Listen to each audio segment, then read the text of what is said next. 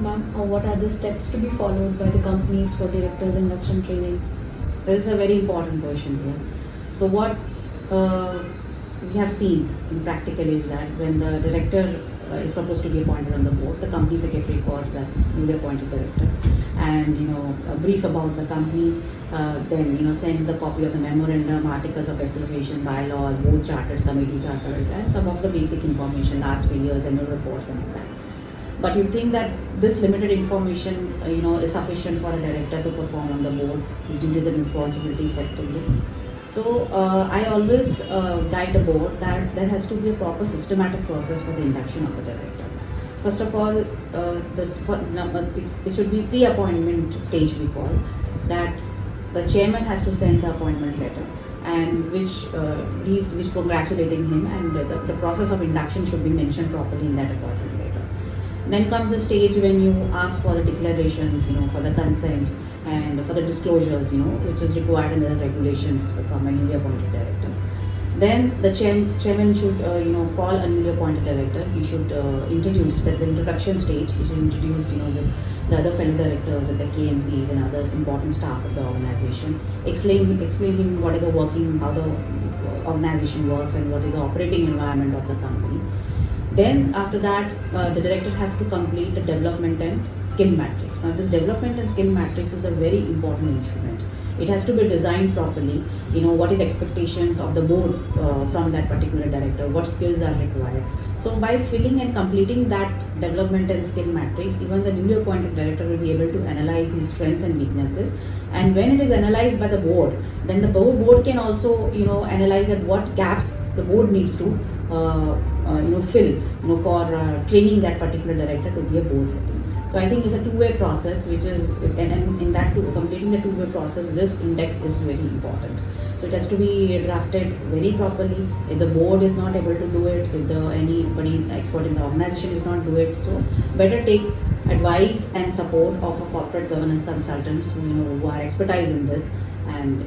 But every company should have this development and growth metrics. So after this completed, the board analyzes the gaps and then the board decides, how to formulate a unique training program for that particular director. If within the board they are not able to train properly, I always advise to go for the external agencies who are corporate governance experts, even the company secretary, chartered accountants, lawyers. They all are, many good firms are providing these services. And then a proper structured, unique induction program for that particular director should be framed and his training should be started. It's induction training should be started. After that, you can provide him the reading materials. He can read the constitution of the company, the board charters, committee charter, articles, memorandum, the risk reports. He can go to the website of the company and IT systems. What are the communication style in the company? That all documents, the reading materials can be provided to the director for reading. Then the organization tool can be arranged. Organization tool, the register office and plants, or where major centers, branches, of the particular company. That organization tool can be managed for that particular director. Even nowadays, a company is also sponsoring the good governance courses for this newly appointed director. And I've seen that even the major stakeholders, they are also involved in giving the induction training, to this newly appointed director. So yes, I think there has to be a proper induction process in the company. It should not be a compliance, one-off compliance activity that, and it should be both sided. The director who is appointed should be sensitized that what is bound to ask, from the company before the appointment. And even it's a responsibility of the board to train, to provide a proper induction program. It is a legal responsibility to the newly appointed director. And this is non-negotiable actually. So lastly, mentoring. I think this is also one of the very important and best way to train a newly appointed director. Suppose if I'm a company secretary and I'm placed as independent director on the board of an organization.